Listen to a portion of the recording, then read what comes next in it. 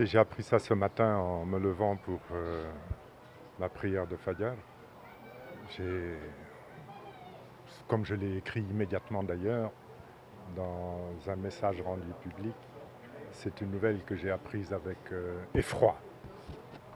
C'est une catastrophe et malheureusement, elle se renouvelle.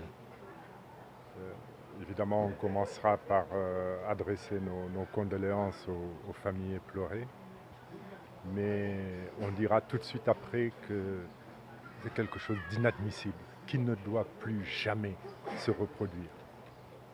Car en toute sincérité et sans préjuger de l'enquête qui sera conduite et de ses résultats, je ne pense pas qu'un incident pareil, un accident pareil, un accident aussi grave puisse se produire s'il y a d'abord surveillance permanente de la salle, hein, et de deux, s'il y a un dispositif anti-incendie dans cette salle. Je n'ai pas de mots pour qualifier ce qui s'est produit. Et je pense que pour cette fois, plutôt que d'aller à la recherche, il faut le faire d'ailleurs, mais plutôt que de se limiter à une recherche de premiers responsables, parce qu'ils vont exister, il faut sévir. Je crois qu'il faut que le ministre de la Santé donne immédiatement sa démission.